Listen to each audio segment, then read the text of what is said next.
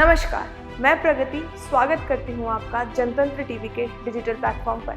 भारतीय रेल को भारत की रीढ़ की हड्डी कहा जाता है। भारत की भारतीय रेल के बिना कल्पना करना लगभग असंभव है। किफायती किराए से लेकर दूर दराज के इलाकों में कनेक्टिविटी भारतीय रेल को देश की जनता की पहली पसंद बनाती है। लेकिन पिछले कुछ समय से देश में लगातार रेल हादसों की संख्या में बढ़ोतरी सामने आई है।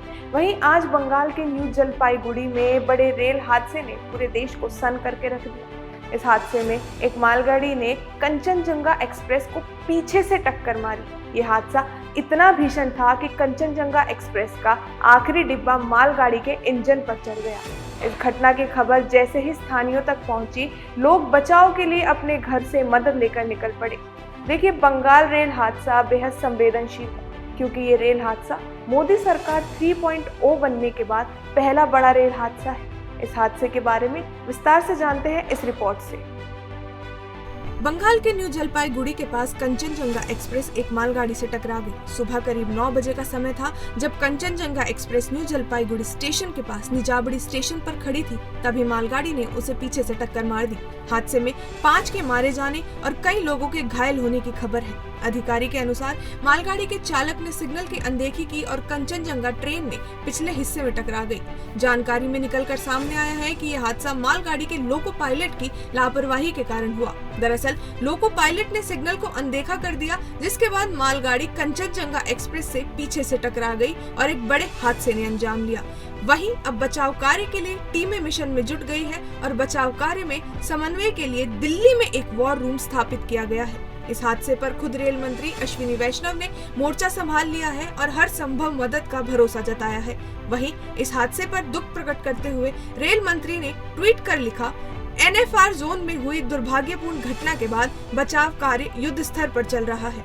रेलवे, NDRF और SDRF निकट समन्वय में काम कर रहे हैं। घायलों को अस्पताल पहुंचाया जा रहा है।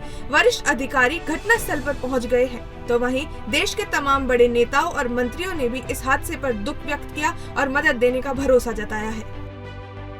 तो बंगाल में हुए इस रेल हादसे ने पूरे देश को हिलाकर रख दिया। लेकिन अब सवाल ये है कि क्या हमारे देश में ये पहला ऐसा रेल हादसा है जिसने इतना विकराल रूप लिया है?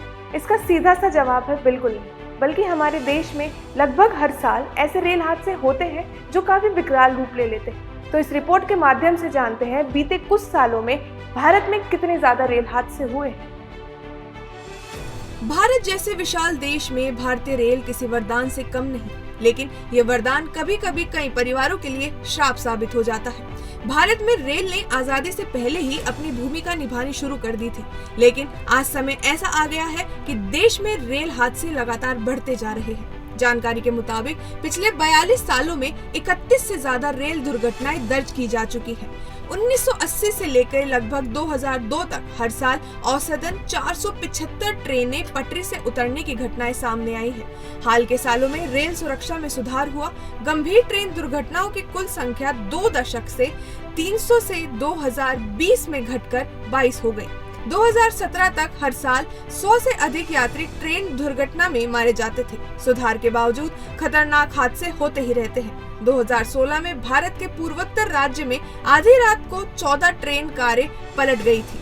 हादसे में 140 से ज्यादा लोग सो रहे थे, जिनकी मौत हो गई। 200 यात्री घायल हुए। उस समय के अधिकारियों ने कहा था कि पटरी में फ्रैक्चर की वजह से यह हादसा हुआ।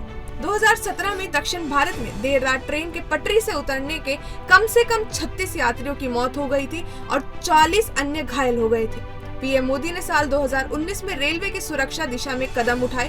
साल 2019 में कई अंडरपास बनाए गए और ज्यादा सिग्नल कंडक्टर पोस्ट किए गए, जिससे रेलवे दुर्घटना कुछ हद तक कम हुई है। लेकिन इसका मतलब ये नहीं कि हमारे देश में रेल घटनाओं के हादसे में कमी आई हो। तो देखा आपने कैसे पिछले 42 सालों में हमारे देश में 31 बड़े रेल हादसे हुए हैं। इन रेल हादसों में अगर हमने जानकारी निकाली है, उसके मुताबिक देखा गया है कि इन रेल हादसों में ज्यादातर लोको पायलट और ग्राउंड स्टाफ की गलती होती है। उनकी नेग्लिजेंस या फिर लापरवाही के कारण ये हादसे हो जाते हैं। अब आपको हम ये भी बता दें कि लाख योजनाएं लाने के बाद भी, लाख तैयारी करने के बाद भी रेल हादसों पर लगाम नहीं लग रही।